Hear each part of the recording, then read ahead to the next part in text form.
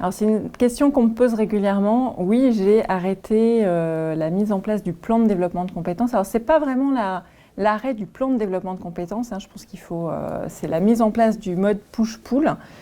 Et la différence, c'est qu'il n'y a plus de recueil de besoins de compétences. Alors pourquoi je l'ai mis en place? C'est la deuxième fois que je le mets en place, parce que je l'ai mis en place aussi au sein de Schneider Electric.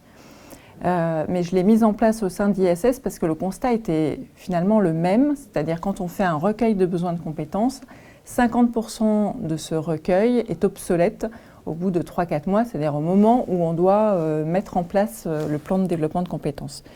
Donc finalement, il y a un gain de temps, tant pour les équipes opérationnelles que pour mes équipes learning.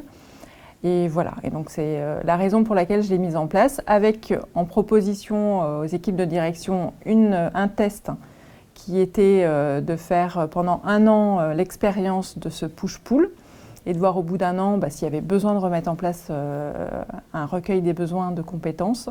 Et en fait, non. Au bout d'1 an, on a fait le constat que ça fonctionnait très bien comme ça. Notre plan de développement de compétences, notre budget formation n'a pas été dépassé, on arrive très bien à gérer et on a beaucoup plus de souplesse au niveau des équipes. Voilà. Donc j'ai même eu un remerciement des équipes managériales pour avoir l'opportunité en fait d'avoir la main tout au long de l'année sur le plan de développement de leurs équipes.